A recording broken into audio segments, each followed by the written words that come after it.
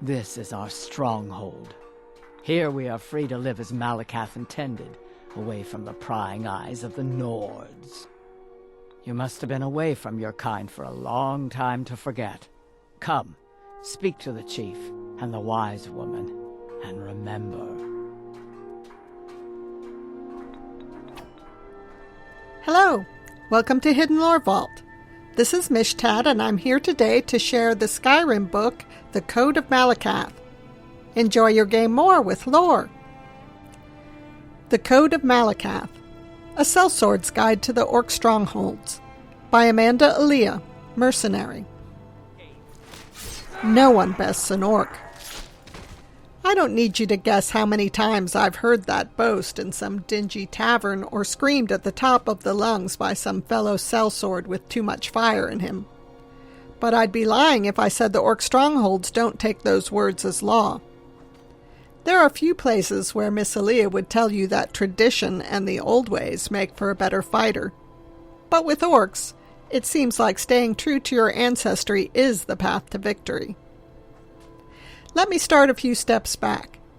The Orc Strongholds have existed as long as the Orc race has, according to them. They're armored camps in the least, and fortresses at the most. Every man, woman, and child inside the walls is trained from birth to defend it.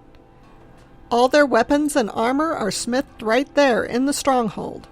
All of the food is hunted down by Orc warriors and brought back to be eaten by everyone who lives there.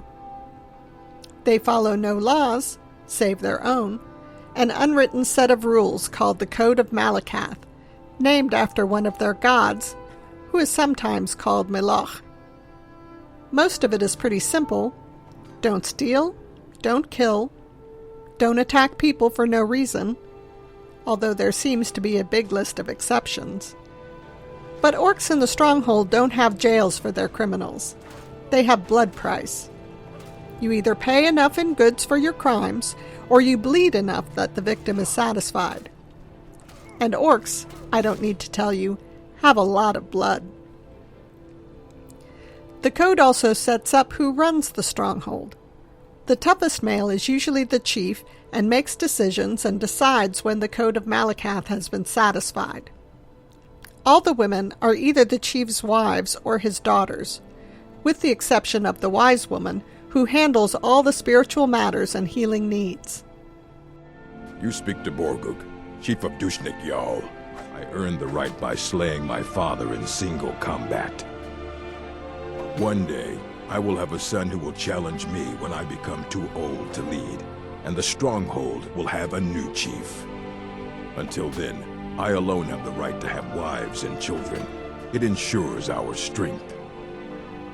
Matters of grave dispute are handled with short but violent fights, and those who don't get along with the chief are usually forced out of the stronghold to live among the rest of us.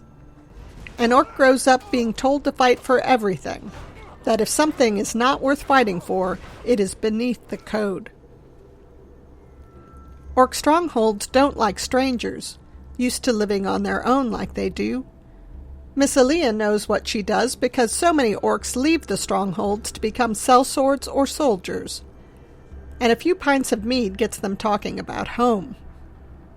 I hear that sometimes an orc will make a non-orc a bloodkin, and that person is then allowed to live in the stronghold as one of the clan, but I've never heard of that actually happening. For all their strange rules and traditions, the Code of Malacath does breed a culture of determined warriors. They're focused in ways that the average sellsword isn't. They don't hesitate to draw weapons and settle matters openly. And I think that's the real difference between the stronghold orcs and the city orcs. Imperial law allows you to settle fights through the Emperor's men, but the Code of Malacath demands you settle your problems yourself. A fine way of thinking, if you're leading the mercenary's life. Thanks for joining me at Hidden Lore Vault. I've been your lore guide, Mishtat. If you enjoyed this video, please like and subscribe to our channel. Leave a comment below to share some of your adventures with orcs in the amazing world of Skyrim.